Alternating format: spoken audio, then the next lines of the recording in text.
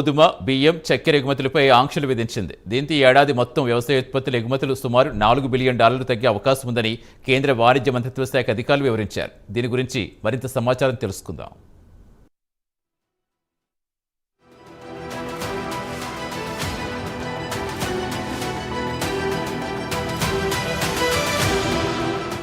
కేంద్రంలోని నరేంద్ర మోదీ ప్రభుత్వం దేశం నుంచి ఎగుమతి చేసే గోధుమ, బియ్యం, చక్కెర ఎగుమతులపై ఆంక్షలు విధించింది. దీంతో ఈ ఏడాది వ్యవసాయ ఉత్పత్తుల ఎగుమతుల్లో $4 బిలియన్ తగ్గే అవకాశాలున్నాయని కేంద్ర వాణిజ్య మంత్రిత్వ శాఖ అధికారులు గురువారం నాడు వివరించారు. ఈ ఏడాది ఏప్రిల్ నుంచి అక్టోబర్ కాలానికి చూస్తే వ్యవసాయ ఉత్పత్తుల ఎగుమతులు 9% తగ్గాయి. $15,423 మిలియన్ నుంచి $13,985 మిలియన్ దిగి వచ్చాయి. వ్యవసాయ ఉత్పత్తుల ఎగుమతులు క్షీణించడానికి ప్రధాన కారణం గోధుమ దిగుబడి 98% క్షీణించింది. అటు తర్వాత నాన్ బాస్మతి బియ్యం దిగుబడి 20% వరకు క్షీణించాయి. దీంతో పాటు మిల్డ్ ప్రొడక్ట్స్ 65% వరకు తగ్గడమే కారణమని వాణిజ్య మంత్రిత్వ శాఖ వివరాలు వెల్లడించింది.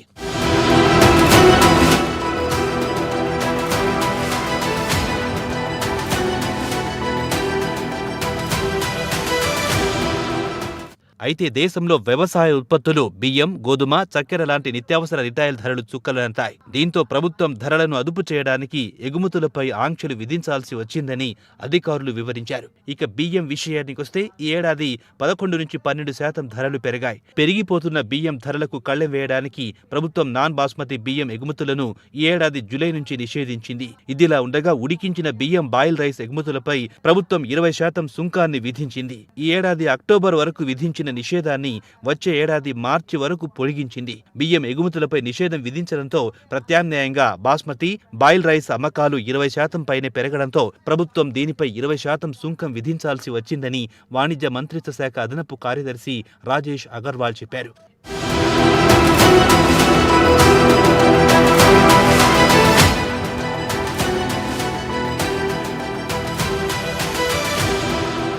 ఇక ఈ ఏడాది ఏప్రిల్ నుంచి అక్టోబర్ వరకు చూస్తే బాస్మతి రైస్ అమ్మకాలు 16% పెరిగాయి. $2,554 మిలియన్ నుంచి $2,959 మిలియన్ ఎగబాకాయి. అదే సమయంలో నాన్ బాస్మతి రైస్ ఎగుమతి 20% క్షీణించాయి. గతేడాది $3,637 మిలియన్ నుంచి ఈ ఏడాది ఇదే కాలంలో $2,904 మిలియన్ దిగి వచ్చాయి. ఇక గోధుమ విషయానికొస్తే ఈ ఏడాది ప్రాతిపదికన చూస్తే గోధుమ ధర 6 నుంచి 7% పెరిగాయి. గతేడాది మే నుంచి ఈ ఏడాది జూన్లో గోధుమపై నిషేధం విధించిన తర్వాత ధరలు మాత్రం పెరిగాయి. ఇక ఎగుమతుల విషయానికొస్తే ఏకంగా 98% క్షీణించాయి. గతేడాది ఏప్రిల్ నుంచి అక్టోబర్ కాలానికి $1,507 మిలియన్ ఎగుమతులు జరగ్గా ఈ ఏడాది కేవలం $23 మిలియన్ పరిమితమయ్యాయి.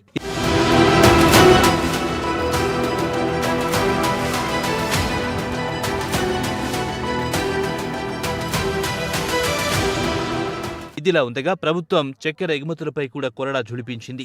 గత ఏడాది అక్టోబర్ నుంచి ఎగుమతులపై ఆంక్షలు విధించింది. వైట్, రిఫైన్డ్ షుగర్ విదేశీ మార్కెట్లకు ఎగుమతి చేయాలనుకుంటే ఆహార మంత్రిత్వ శాఖ నుంచి అనుమతులు పొందాల్సి ఉంటుంది. కాగా చక్కెరపై ఈ ఏడాది అక్టోబర్ 31 వరకు ఆంక్షలు విధించింది. అటు తర్వాత ఈ ఆంక్షలను తదుపరి ఆదేశాలు వెలువడే వరకు కొనసాగుతుందని వాణిజ్య మంత్రిత్వ శాఖ ప్రకటించింది. మొత్తానికి చక్కెర ఎగుమతులు మాత్రం నిలిచిపోయాయి.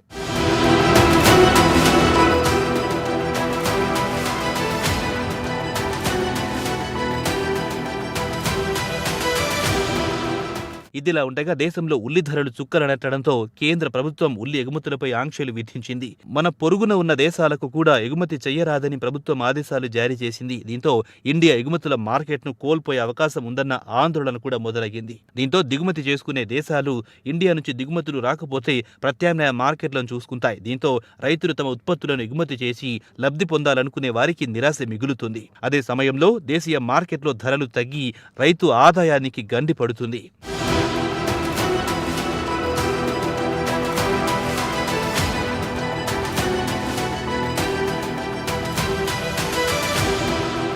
కేంద్ర ప్రభుత్వం వ్యవసాయ ఉత్పత్తుల ఎగుమతులపై ఆంక్షలు విధించింది. సుమారు $4 బిలియన్ ఆదాయం నష్టపోతుంది. అదే సమయంలో అంతర్జాతీయ మార్కెట్లో వాటాను కోల్పోతోంది. రైతుల ఆదాయానికి గండిపడుతోంది. కేంద్రంలోని నరేంద్ర మోదీ ప్రభుత్వం తరచూ రైతు ఆదాయం పెంచుతామని వేదికలెక్కి ఉపన్యాసాలిస్తోంది.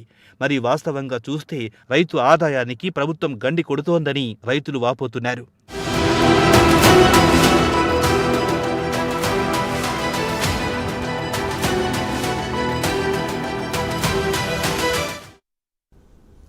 హమాస్ ఉగ్రవాదుల నిర్మూలనే లక్ష్యంగా ఇజ్రాయెల్ దాడులు కొనసాగిస్తూనే ఉంది. అదే సమయంలో దేశంలో ఏర్పడ్డ కార్మికుల కొరతను భర్తీ చేసుకునేందుకు ప్రయత్నిస్తోంది. ఇందులో భాగంగా భారత్తో సంప్రదింపులు జరుపుతున్న నెతన్యాహు ప్రభుత్వం డిసెంబర్ చివరి వారంలో నియామక ప్రక్రియ చేపట్టేందుకు సిద్ధమైంది. దీనికోసం ఇప్పటికే ఓ బృందం భారత్ చేరుకోగా వచ్చే వారం మరో బృందం వస్తున్నట్టుగా తెలుస్తుంది.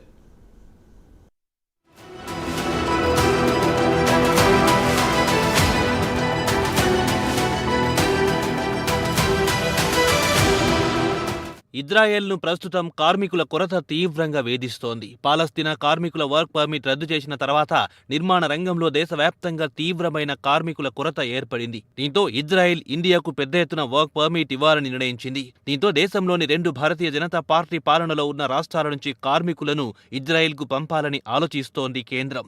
ప్రస్తుతం నిర్మాణ రంగంలో పాలస్తీనా కార్మికుల స్థానంలో భారతీయ కార్మికులతో నింపాలని నెతన్యాహు సర్కార్ నిర్ణయించింది. వెంటనే హర్యానా ప్రభుత్వం రంగంలోకి దిగి హర్యానా కౌశల్ రోజ్గార్ నిగమ్ను ఏర్పాటు చేసింది. డిసెంబర్ 15 ప్రభుత్వం ఒక ప్రకటన విడుదల చేసింది. ఇజ్రాయెల్ నిర్మాణ రంగంలో సుమారు 3000 ఖాళీల భర్తీని నింపడానికి దరఖాస్తులు చేసుకోవాలని కోరింది. దీంతో పాటు ఉత్తరాఖండ్ ప్రభుత్వం కూడా ఇలాంటి ప్రతిపాదనలు చేయనుంది.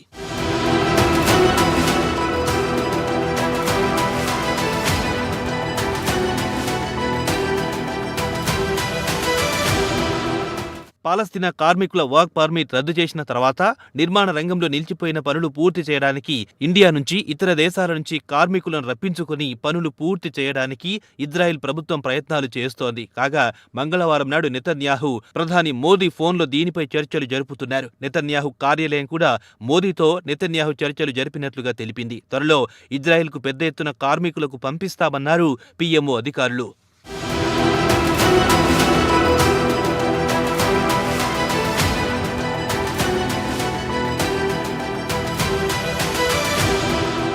ఇక డిసెంబర్ 27 నుంచి ఢిల్లీ, చెన్నైలో కార్మికుల నియామక ప్రక్రియ మొదలు పెడతారు. ప్రభుత్వం ఆమోదం ప్రకారం తొలుత 10,000 మంది నియమించుకుంటారు. అనంతరం ఈ సంఖ్యను 30,000కు పెంచుతామని, ఇది నిరంతర ప్రక్రియ అని ఇజ్రాయెల్ బిల్డర్స్ అసోసియేషన్ అధికార ప్రతినిధి షేయ్ పాజ్నర్ వెల్లడించారు. ఈ ప్రక్రియ వచ్చే వారం మొదలై 10 నుంచి 15 రోజుల పాటు కొనసాగనుందన్నారు.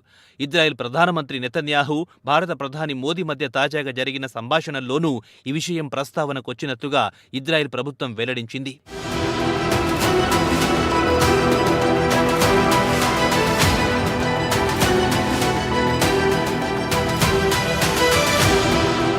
ఇజ్రాయెల్ నిర్మాణ రంగంలో పనిచేసే కార్మికుల్లో దాదాపు 80,000 మంది వెస్ట్ బ్యాంకు చెందిన పాలస్తీనియన్లే. మరో 17,000 మంది గాజా ప్రాంతానికి చెందినవారు. ఇటీవల ఇజ్రాయెల్పై హమాస్ ఉగ్రవాదులు జరిపిన మెరుపు దాడితో వారి వర్క్ పర్మిట్లు రద్దయ్యాయి. చైనా నుంచి 7,000 మంది, తూర్పు యూరప్ నుంచి మరో 6,000 మంది మాత్రమే ప్రస్తుతం అక్కడ పనిచేస్తున్నట్లుగా సమాచారం. దీంతో అక్కడ కార్మికుల కొరత తీవ్రమయ్యింది.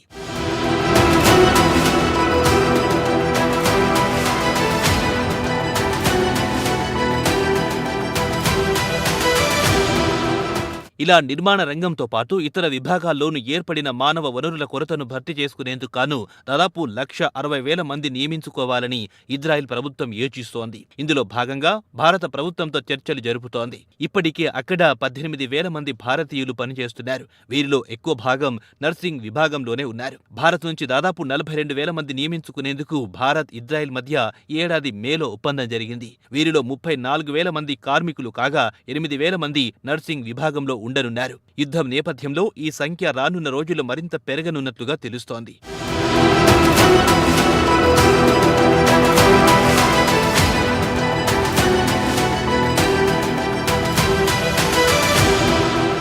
అక్టోబర్ 7న హమాస్ ఇజ్రాయెల్పై పెద్ద ఎత్తున దాడులు చేసి 1,200 మందిని హత్య చేసి మరో 240 మంది ఇజ్రాయెల్ పౌరులను బలవంతంగా కిడ్నాప్ చేసి తమ వెంట తీసుకెళ్లింది. అయితే అక్కడ నిర్మాణ రంగంలో పాలస్తీనాకు చెందిన కార్మికులు పనిచేస్తున్నారు. యుద్ధం మొదలైన తర్వాత నుంచి వారి వర్క్ పర్మిట్లు రద్దు కావడంతో దేశంలోని నిర్మాణ రంగంలో సంక్షోభం ఏర్పడింది. దీంతో ఇజ్రాయెల్ బిల్డర్స్ అసోసియేషన్ నెతన్యాహు ప్రభుత్వంతో చర్చలు జరిపి న్యూఢిల్లీ నుంచి లక్షలాది మంది కార్మికులు రప్పించాలని కోరారని వాయిస్ ఆఫ్ అమెరికా ఒక నివేదికలో వివరించింది.